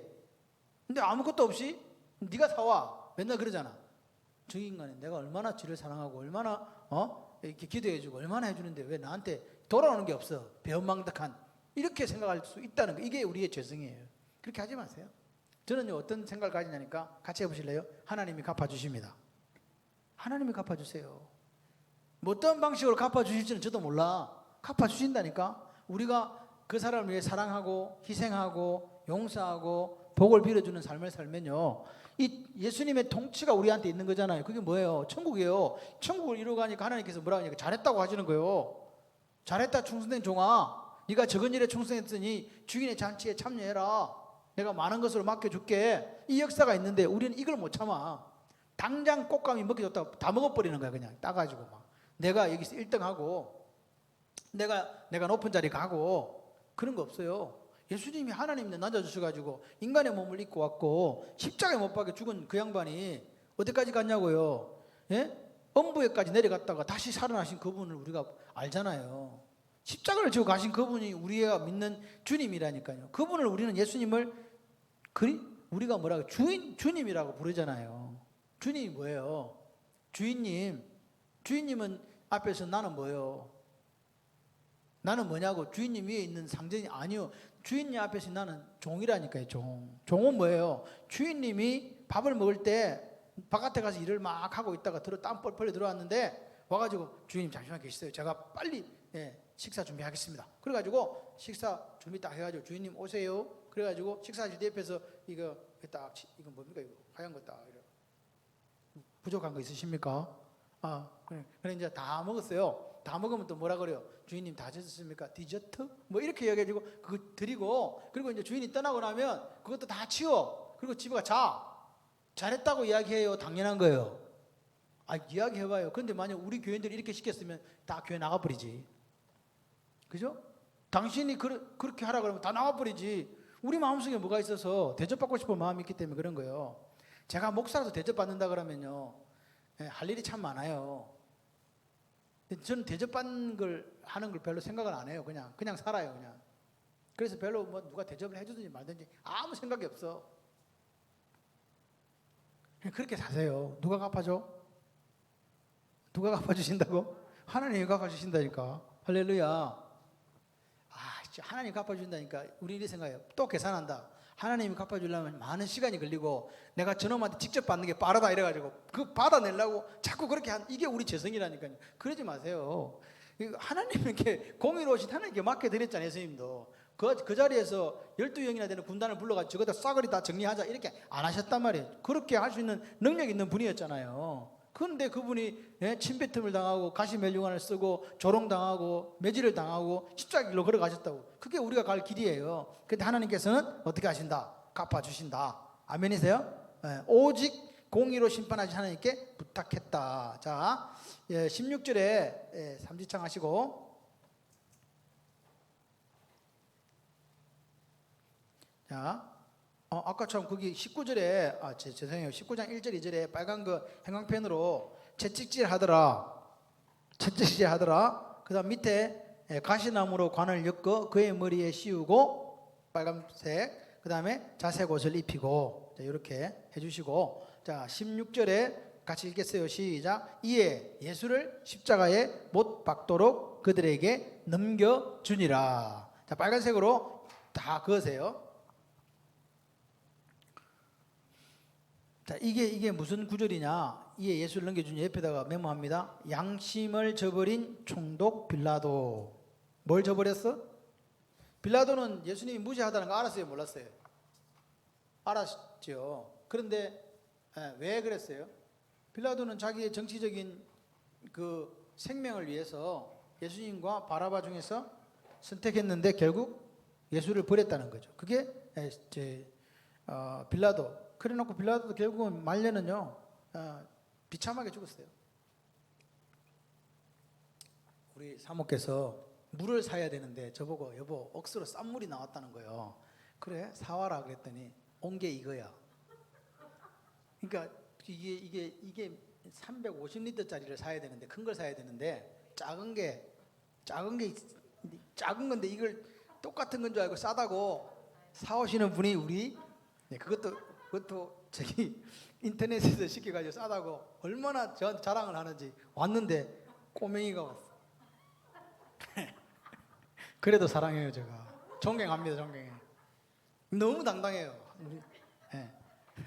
자 1번 빌라도는 예수님의 무죄함을 알았음.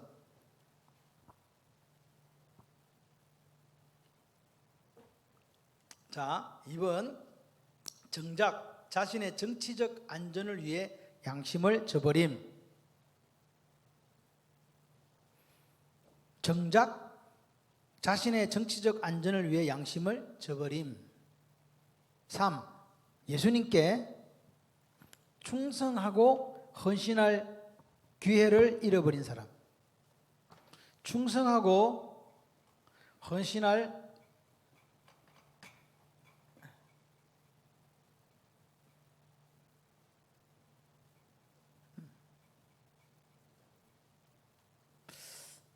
충성하고 헌신하기. 충성하면 충성. 저 헌신은 그 몸 신자고 이게 몸을 드린다는 건데 이거는 막 간단하니까 충성이라는 단어 한번 보세요. 충성. 이 충자가 이래 보시면 이게 중자잖아요. 가운데 중자죠.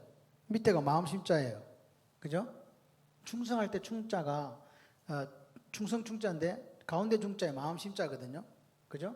그러니까 마음 가운데 이걸 풀이를 그냥 해보면 마음 가운데 이게 성자가 말씀 음변에 이룰 성자예요. 마음 가운데 말씀을 이루는 게 충성이라고요. 네. 내 마음 속에서 내 마음 속에 말씀을 딱 담고 그 말씀을 이루어가는 삶이 충성이라고요. 그러니까 충성이라고 하는 것은 결국 어떤 문제냐니까 이 말씀에 대한 문제예요. 말씀. 지금 충성은 자기 혼자서 막 자기 열심을 가지고 교회 왔다 갔다 하면서 그게 충성이 아니라고요. 그럼 뭐가 충성이라고요? 교회 왔다 갔다 하는데 뭐가 중심이 딱 있다고? 말씀이 있으면서 왔다 갔다 해야 이게 충성이 된다. 그게 주님이 인정하시는 충성이에요. 근데 말씀도 없이 왔다 갔다 하는 사람은 자기 의라니까. 그래서 항상 우리는요, 이 뭐가 부딪히냐니까 하나님의 말씀하고, 그러니까 말씀도 사실은 생각이에요. 생각. 누구 생각? 말씀이 누구 생각이에요? 하나님 생각이지. 그러면 여기 충돌하고 부딪히는 게 누구 생각이겠어요? 자기 생각, 내 생각. 그러니까 내 생각, 하나님의 생각. 그 하나님 생각이 말씀이에요. 그러니까 항상 이 두 개가 부딪혀요. 부딪힐 때 자기 생각을 드러내면 자기 의예요. 그래요? 하나님의 생각을 드러내면 하나님의 의라고요. 똑같이 열심히 해. 로마 10장 이제 똑같이 열심히 유대인들이 열심히 냈다니까요. 그런데 열심히 누구를 몰라가지고 하나님을 몰라가지고 하나님한테 대적하면서도 이게 열심인 줄 알았다니까요. 교회 열심히 와요. 그런데 뭐예요? 뭐가 없어? 하나님의 생각하고 말씀이 없어. 자기 생각까지 열심히 일한다. 밥에 부엌에 가서 일하고 그 다음에 뭐 이것도 하고 저것도 하고 막 해요. 근데 보니까 결국은 저 양반은 누구를 드러내고 있어요? 뭐가 없기 때문에? 말씀이 없으니까 자기를 드러낼 수밖에 없어요. 하나님의 생각이 없으면요, 여러분 우리 속에 둘 중에 하나밖에 없어.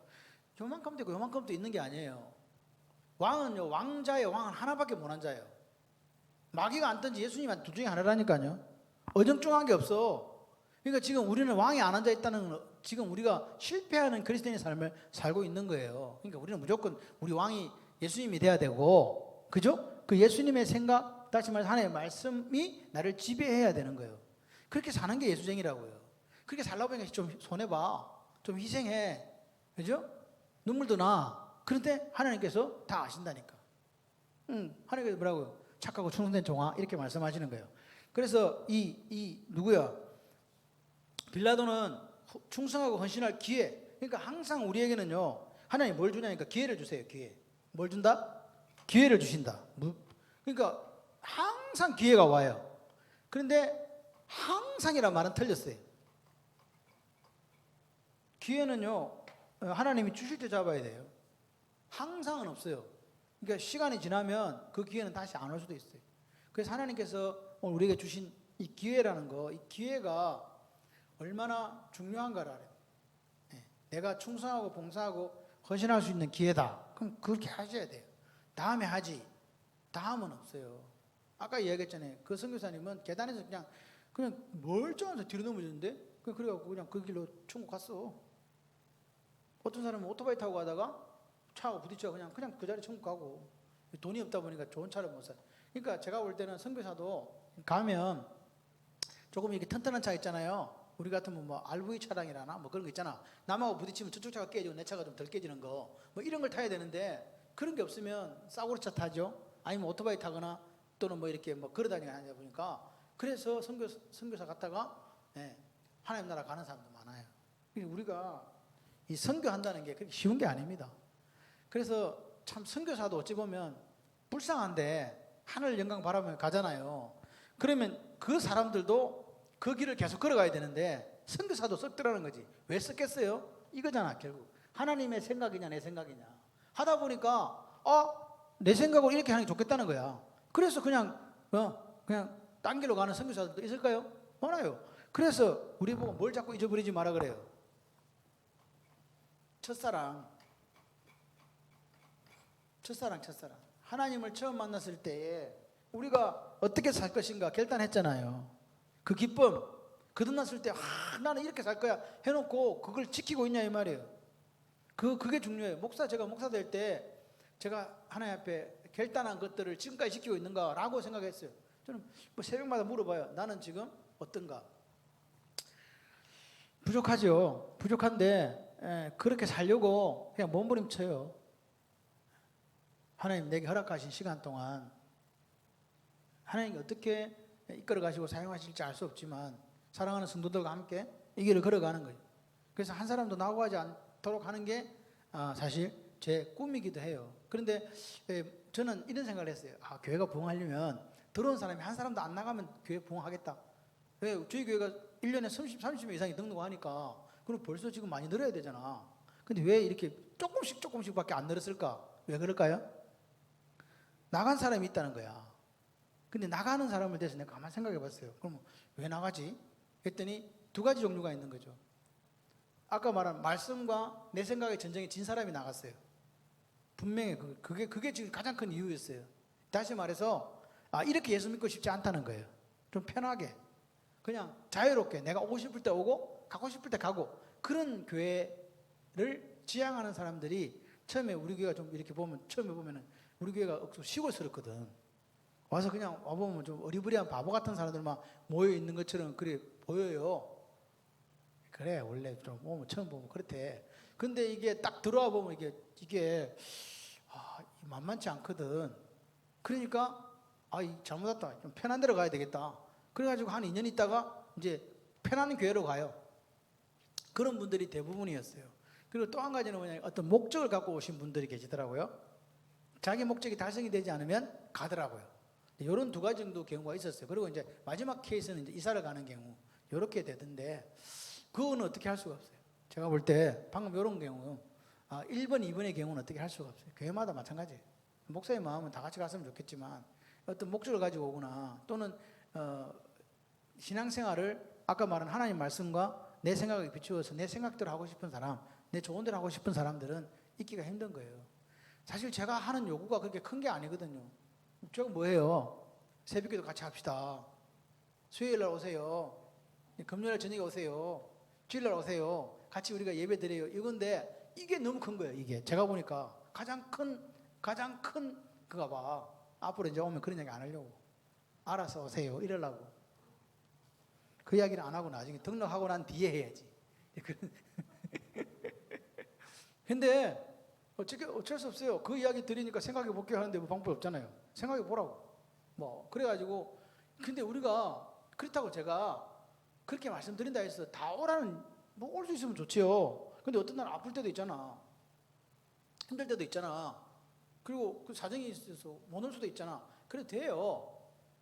근데 사람들은 또 체면에 있네. 그래 하면 안 되는 것 같아가지고 자기 스스로 또 그런다니까요. 그런 부분들이 있더라.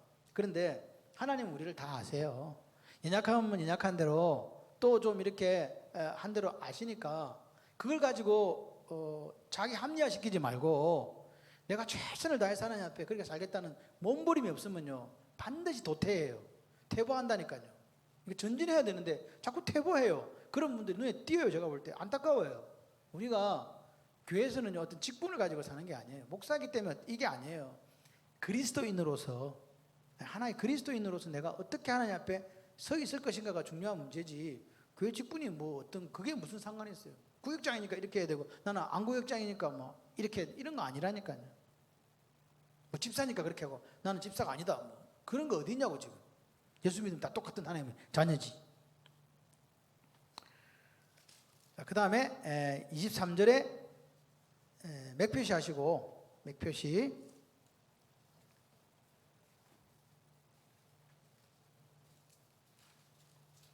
자, 시작. 군인들이 예수를 십자가에 못 박고 그의 옷을 취하여 네 깃에 나눠 각각 한 깃씩 얻고 속옷도 취하니 이 속옷은 호지 아니하고 위에서부터 통으로 짠 것이라. 자, 옆에도 메모합니다. 불신앙인의 무자비함을 나타냄. 불신앙인.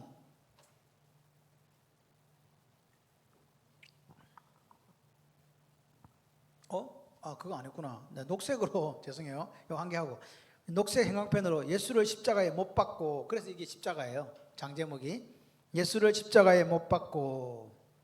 그 다음에 빨간색으로 그의 옷을 취하여 네 깃에 나눠 각각 한 깃씩 얻고, 빨간색입니다. 그 다음에 속옷도 취하니, 또 빨간색. 예.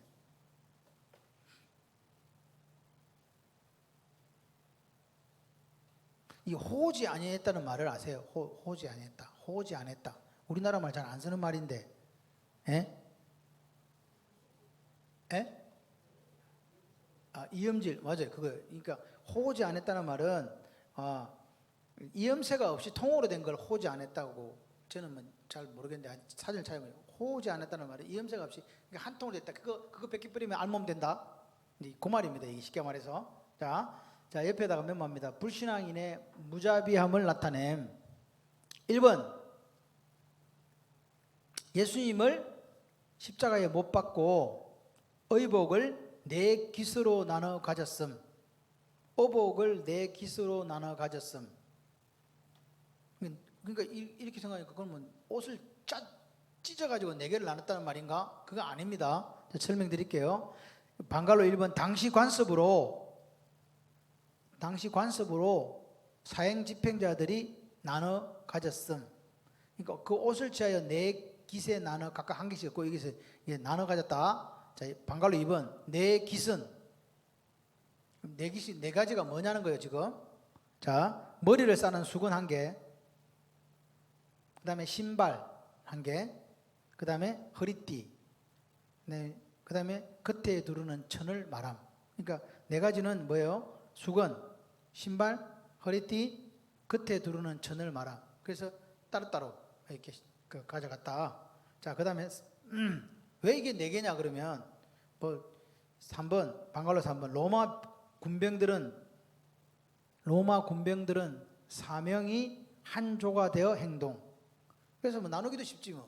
머리 수건하고 허리띠하고 신발하고 겉에 두르는 천이니까 딱 나눠 가지가 좋은데, 3명 했으면 하나가 더 가졌을 건데 4명씩 다니니까 뭐 이렇게 네 개로 한 개씩 가져갔다. 2번 그러면 이제 남은 게 뭐냐? 그때 거는 이제 머리하고 보세요. 들어보세요. 수건하고 뭐 신발하고 허리띠하고 겉옷은 가져가서 그럼 뭐가 남았어? 속옷이 남았잖아요. 속옷은 그럼 어떻게 했겠어요? 속옷을 취했다. 이 말은 2번 예수님의 속옷은 제비뽑기로 소유자를 결정. 그러니까 네 개는 딱딱 하나씩 나눠 가져가고 마지막 안에 있는 속옷을 사형 집행자들이 가져가는데 그거는 이제 통으로 호지 않은 거라 그랬잖아요. 그래서 이음새가 없는 하나에 이렇게 되어 있는 속옷인 거예요. 그래서 그거를 제비뽑기로 결정했다. 방갈로 1번 예수님의 모친 마리아가 직접 짜서 마지막 선물로 입힌 것. 이 속옷은 무슨 속옷이냐? 엄마가 모친 마리아가 직접 짜서 마지막 선물로 입힌 것. 두 번째 방갈로 2번 이거는 그 값이 옷이 비싼 거예요. 그래서 값이 비싼 옷이었으며 나눌 수 없었음. 그러니까 쉽게 말해서 예수님께서 붙잡히고 아마 뭐 사형당하기 직전이든지 언제든지 그때 엄마가 직접 와서 이걸 입힌 걸로 이렇게 보여집니다. 큰 걸로 3번 군인들은 남이 당하는 십자가 고통에는 전혀 무관심. 그러니까 십자가에 달리신 예수님의 그 고통, 눈물에 전혀 관심이 없죠. 옆에다가 화살표 하나 긋고 오직 값비싼 옷에만 집중하고 있음.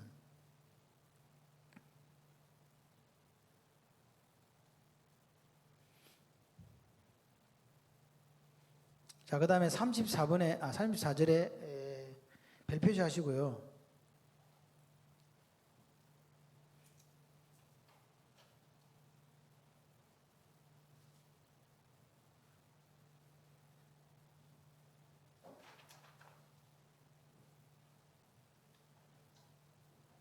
시작. 그중 한 군인이 창으로 옆구리를 찌르니 곧 피와 물이 나오더라. 자, 빨간색으로 옆구리를 찌르니 곧 피와 물이 나오더라.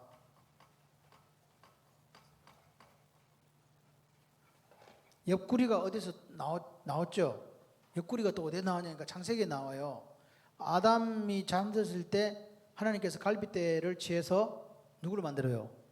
하와를 만들죠. 요 사건이 하나 있고, 그다음에 예수님의 옆구리를 찔러가지고 뭐가 나왔어요?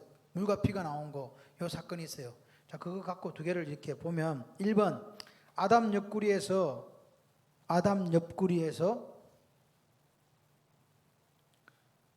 첫 아담이죠. 두 번째 아담이 예수님이거든요. 하와가 취해져 악의 근원을 이루었음.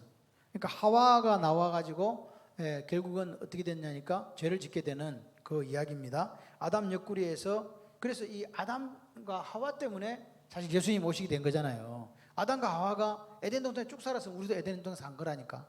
그죠? 자, 2번 예수님의 옆구리는 보혈을 흘려 구원을 이루셨음.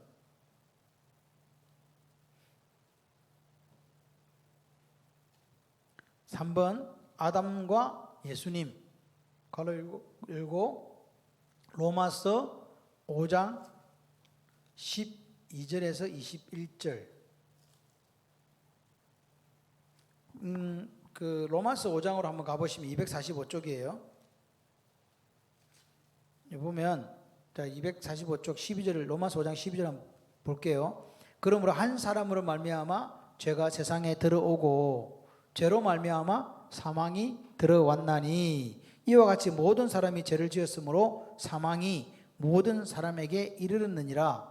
죄가 율법이 있기 전에 세상에 있었으나 율법이 없을 때는 죄를 죄로 여기지 아니하였느니라.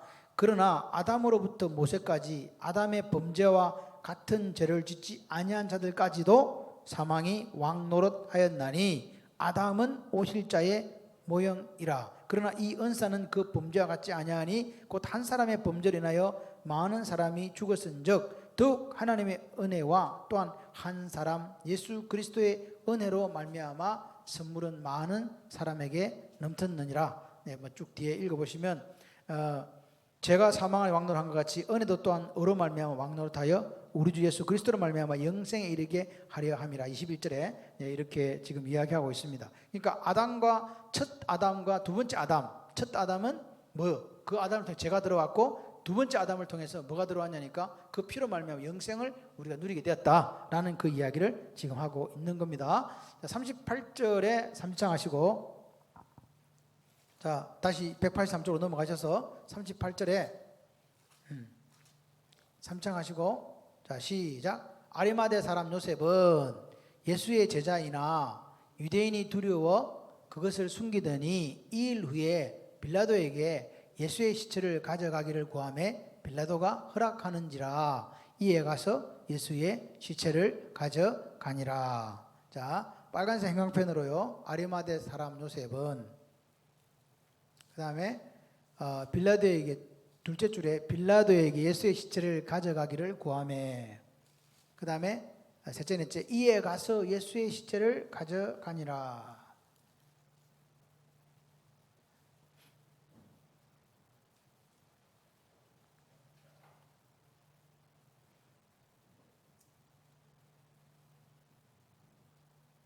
자, 그 다음에 옆에다 메모합니다. 아리마대 요셉의 위대한 신앙. 아리마대 요셉이 어떤 아리마대 요셉, 이 아리마대 사람 요셉인데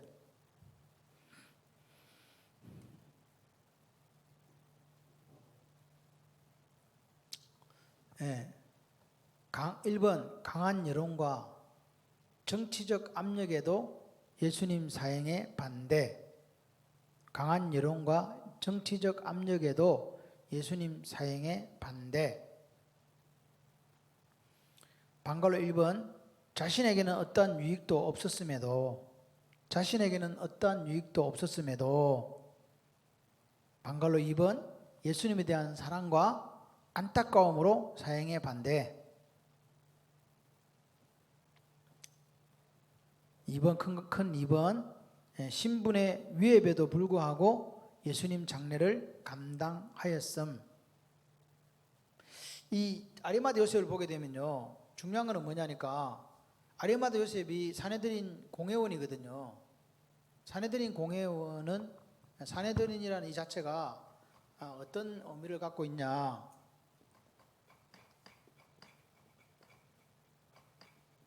사내들인 공회원은 몇 명이에요?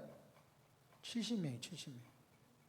70명으로 구성된 사내들인 공회원인데 이 사람이 뭐라고 얘기했잖아요. 어떤 유익도 없고 그냥 그 사람에 대해서 볼 때 이 사람 무죄라. 그리고 그 사람이 예수의 제자라고 이야기하는 거예요. 그죠? 그 자기한테 아무 유익이 없잖아요.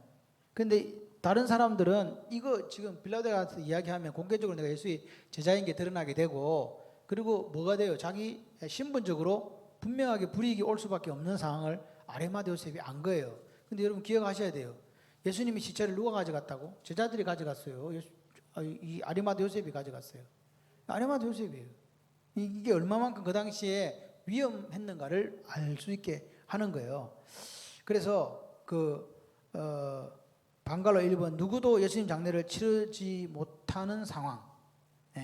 그 신분에 의해 불구하고 장례를 감당했다는 말이 중요해요. 두 번째, 방갈로 2번 신분 노출과 살해 위협을 무릅쓰고 장례를 진행. 그러니까 사내들인 공회원인 아리마대 요셉이 예수님 시체를 가지고 장례식 한다 그러면 어떻게 하겠어요? 이 아리마대 요셉도 죽이려고 하지 않겠어요? 그럼에도 불구하고 이거 했다. 3번 부자였지만 결코 돈의 노예가 아니었음. 그 예수님이 들어갔던 장례 했던 무덤은 누구 거예요? 원래 아리마대 요셉이 자기가 쓰려고 만들어 놓은 무덤이거든요. 그 당시에 여러분 이스라엘의 무덤은 우리나라 무덤하고 다르다는 거 아시죠? 바위를 파서 그 속에다 이렇게 시신을 넣는 거예요. 그러니까 쉽게 말해서 동굴 속에 이렇게 안치를 하는 거라고. 그리고 그 앞에다가 이렇게 이제 돌을 굴러서 막는 그런 형태를 가지고 있는데, 방갈로 1번 자신의 장례를 위한 물품과 무덤을 내놓음. 자신의 장례를 위한 물품과 무덤을 내어놓음.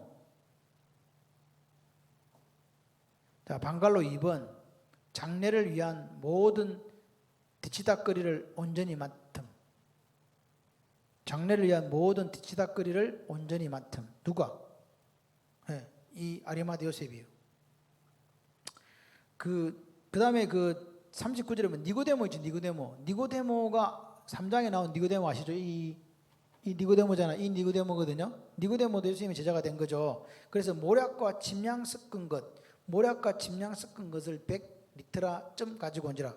여기 리트라에다가 니고데모 빨간 거 그냥 그건 별표도 하지 마시고 리트라에다가 그냥 빨간색 칠해 주세요. 리트라는 1리트라는 454g. 1리트라는 454g.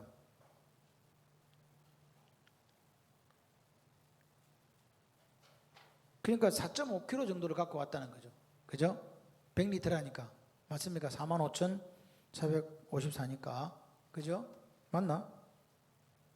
공 2개 더 붙이는 거 맞지? 45,000, 4.5kg. 4.5kg 이 모략과 침량을 섞으면 이게 건조제와 방치제 역할을 한대요.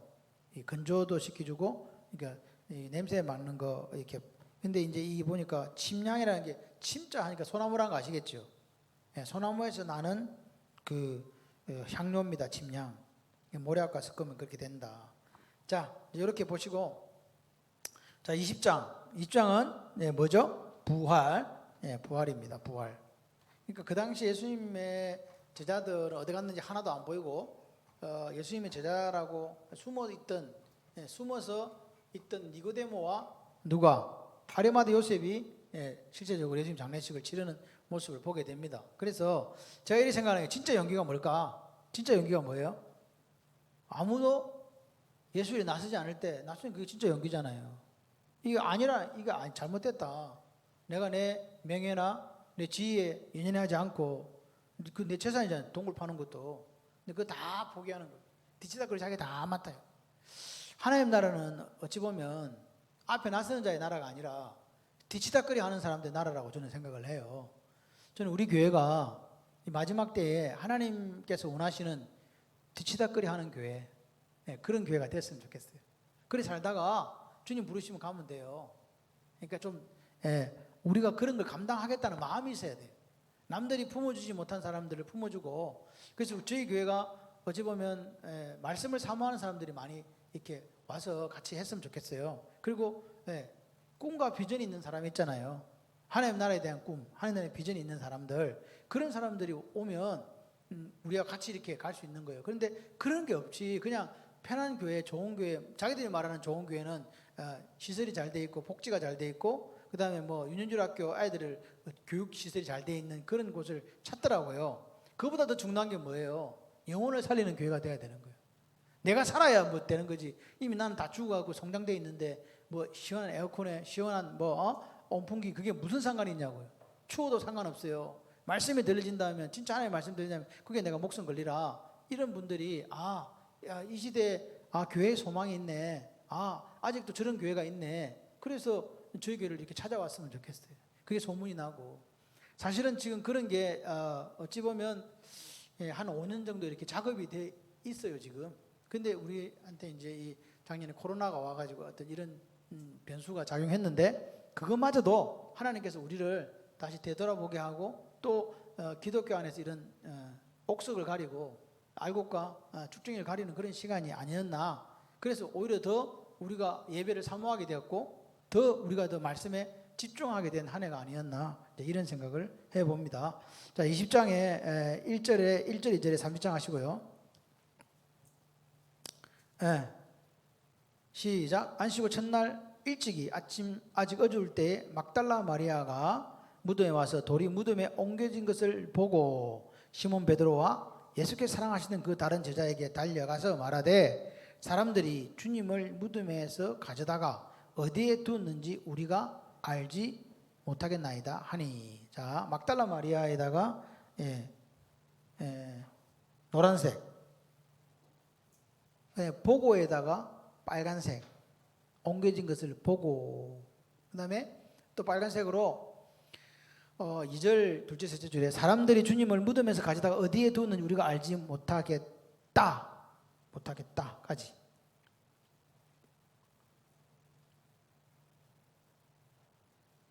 자, 또 한 가지 하나 더 1절에 안식구 첫날 일찍이 아직 어두울 때에 여기다가 빨간색을 한번 더 꺼주세요.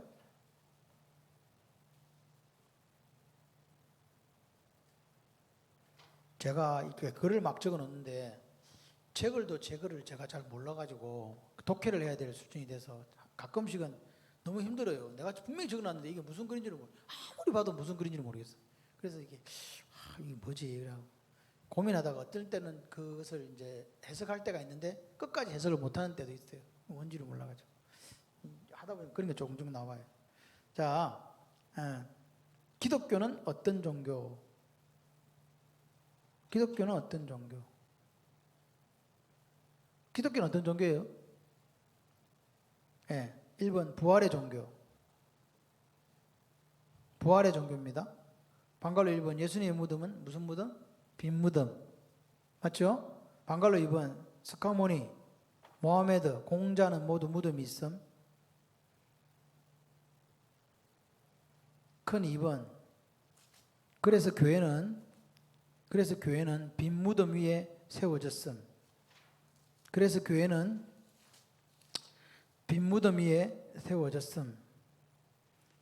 갈로 읽고 누가복음 24장 5절 갈로 닫고 여자들이 제가 읽어드릴게요. 여자들이 두려워 얼굴을 땅에 대니 두 사람이 이르되 어찌하여 살아있는 자를 죽은 자 가운데서 찾느냐. 그러니까 살아있는 죽은 자 가운데 무덤이 있지 않다는 거잖아요. 그래서 빈 무덤 위에 세워진 종교가 기독교다. 자, 3번 빈 무덤은 방갈로 1번 빈 무덤을 보면서 우리가 뭘 느끼느냐 이 말입니다. 방갈로 1번 모든 생명의 근원 점 2개 이렇게 찍고 모든 생명의 근원 이 점 2개 이렇게 찍고 그 뒤에다 적습니다. 예수님이 부활의 첫 열매가 되셨음. 두 번째 방갈로 2번 사망 권세와 사탄의 결박을 이긴 승리의 개선문. 승리의 개선문이 빈 무덤이에요. 무덤이 있는 게 아니야. 사망 권세와 사탄의 결박을 이긴 승리의 개선문이다. 4번 이 땅에서 부활의 능력을 누리면서 살자. 이 땅에서 뭐 누리며 살자? 부활의 능력 누리면서 살자. 자, 갈라디아서 2장 20절. 갈라디아서 2장 20절. 이 갈라디아 2장 20절 우리가 304쪽을 한번 펴주세요. 갈라디아서 2장 20절. 이거 하고 마무리를 하겠습니다. 갈라디아 2장 20절 304쪽. 네, 304쪽입니다. 자, 우리 한번 읽을까요?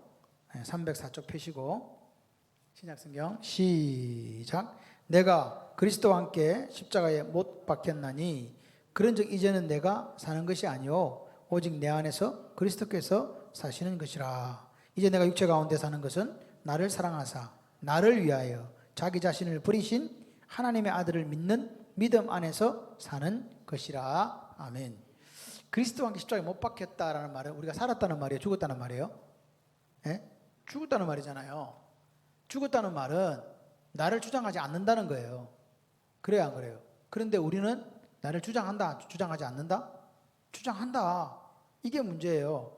하나님께서 오늘 우리에게 죽었다라고 이야기하는데 우리는 시퍼렇게 살아있는 우리 자신을 되돌아봐야 된다. 근데 그리스도인은 어떤 사람이냐? 십자가에 못 박혀 죽은 사람이다. 십자가에 못 박혀 죽었는데 누가 내 대신 죽었냐? 예수님이 죽었잖아요. 그래서 우리는 이제 누구를 위해 산다고요? 예수. 아멘이세요? 예수 위해 산다. 내가 예수 위해 살고 있는가 날마다 점검해야 돼. 이게 뭐냐? 19절과 똑같은 말이에요. 내가 율법으로 말미암아 율법에 대해 죽었나 이는 하나님께 대하여 살려 함이라. 내가 죽어야 누구에 대해 산다고요? 하나님에 대하여 산다고요. 하나님과 함께 사는 거예요. 내가 죽어야 되는 거예요. 내가 죽는다는 것은 내 생각을 버리는 거예요.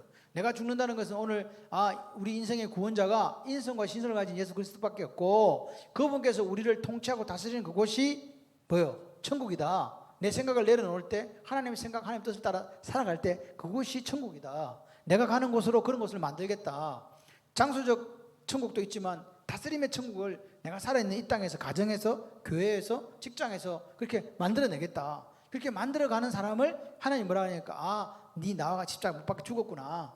네가 온전한 죽은 사람으로서 도리어 사는 삶을 살고 있구나. 그 역사가 저와 여러분이 있는 줄 믿습니다. 자, 우리 1장부터 한번 외워보시고 우리 마무리하겠습니다. 제가 기도하고 시작. 1. 요한증거. 2. 가나 어린 잔치. 3. 니고데모. 4. 사마리아 여자. 5. 베데스다 연못. 6. 오병이어. 7. 초막절 생수. 8. 가나만 여자. 9. 맹인장. 10. 목자장. 11. 나사로 살림. 12. 입성. 13. 세족식. 14. 약속장. 15. 포도나무 비유. 16. 성령사역. 17. 중보기도. 18. 겟세마네. 19. 십자가. 20. 부활. 21. 일곱 제자 만남. 하나님 감사합니다. 오늘도 말씀을 따라 살게 하시고 이 마지막 시대에